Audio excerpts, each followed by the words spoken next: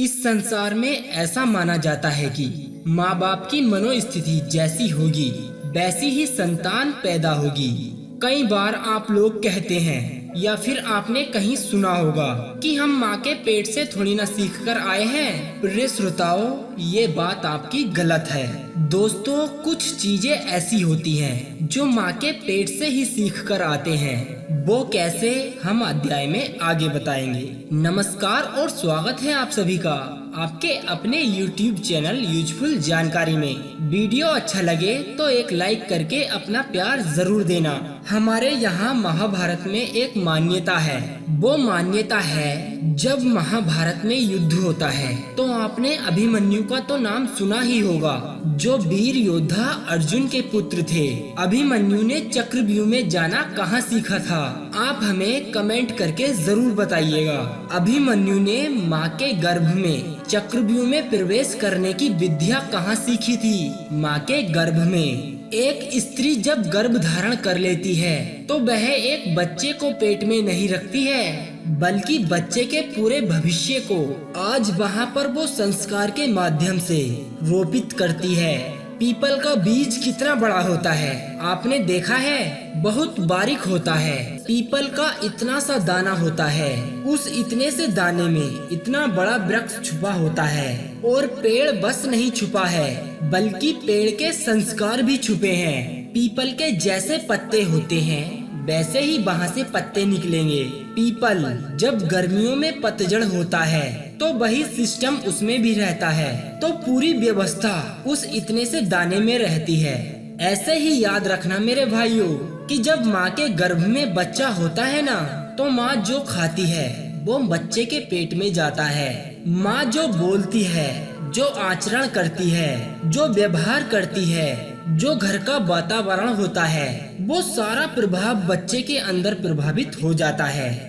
दोस्तों, इसका उदाहरण हम आपको समझाते हैं कि जब आप डॉक्टर के पास जाते हैं ना और आप उनसे बताते हैं कि डॉक्टर साहब हमें ये बीमारी है या वो बीमारी है, तो डॉक्टर लोग सबसे पहले आपसे पूछते हैं कि क्या ये बीमारी आपके पिताजी को है या फिर आपके दादाजी को है? आप कहते हैं नहीं। और नानी जी को है क्या? आप कहते हैं हाँ। कई बार बीमारियां दादा से नाती तक आ जाती हैं, यह तो आप सभी जानते ही होंगे।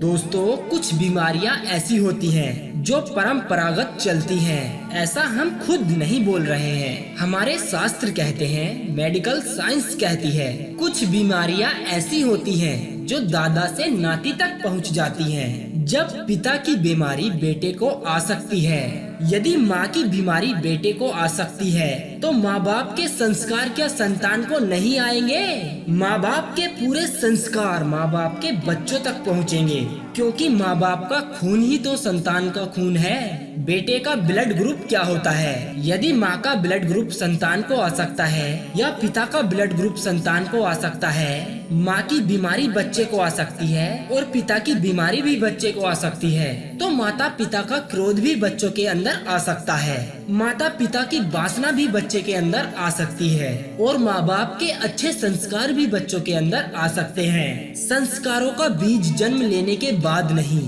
बल्कि गर्भावस्था में बोना चाहिए। ये हम खुद नहीं कहते, धर्मशास्त्र और मेडिकल साइंस भी कहते हैं। कयाधु भगवान का नाम लेते लेते गर्भवती हुई, इसलिए जब बच्चा पैदा हुआ तो नारायण भगवान का भक्त पैदा हो गया।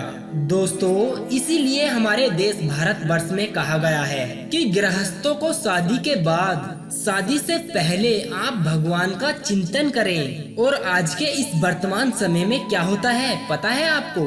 शादी हुई और हनीमून के लिए London, Paris, America, Italy, Israel तक घूमने चले जाते हैं। मतलब शादी हुई और सीधा भोगों की ओर बढ़ जाता है।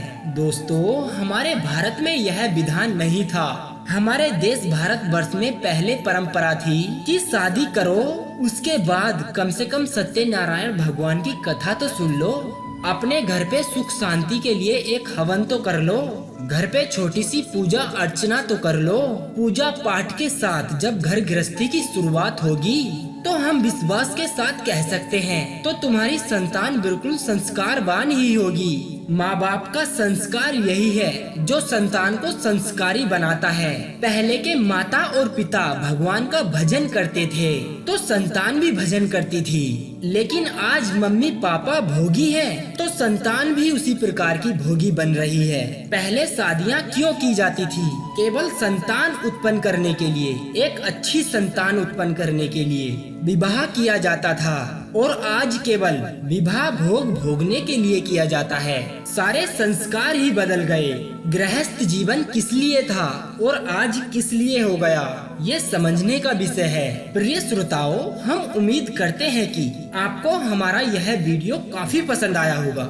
यदि अगर आपका इस वीडियो के बारे में कोई सवाल हो या फिर सुझाव हो तो कृपया आप हमें कमेंट के माध्यम से जरूर बताना। हम आपके सवाल का जवाब जरूर देंगे, और आगे ऐसे ही रोचक वीडियोस देखने के लिए आप हमारे इस चैनल को सब्सक्राइब करना ना भूलें। अब दीजिए हमें इजाजत, ताकि हम आप सभी के लिए एक और ऐसी ही अनसुनी व रोचक जानकारी को ढूंढकर ला सके। तब तक के लिए आप अपना ध्यान रखिए और हमेशा मुस्कुराते रहिए।